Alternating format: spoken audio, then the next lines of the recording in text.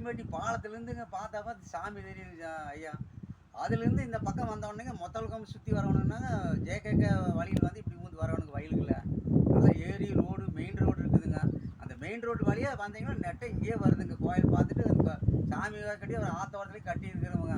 ஏன்னா அந்த அம்மா வந்து சொன்னதுக்காட்டி நாங்கள்லாம் வந்து செஞ்சுருக்குறோங்க. நாங்கள் வந்து யாருக்குமே எந்த இடைஞ்சல் கிடையாதுங்க. எல்லோரும் வருவாங்க. மழை வரணுங்காட்டி யாரும் வரலைங்க, நாங்கள் தான் வந்திருக்கிறோமுங்க. இதை தயவு செஞ்சு ஐயா எதாவது பார்த்து செய்யுங்க. ஆனால் இந்த வேலைக்கு வந்து காட்டு வீதிக்கார பசங்க நல்லா உழைக்கிறாங்க. எது கொடுத்தாலும் சரி செஞ்சு கொடுக்குறது தயாராகிறாங்க. நான் வாங்கி கொடுக்க முடியுது இல்லைங்க.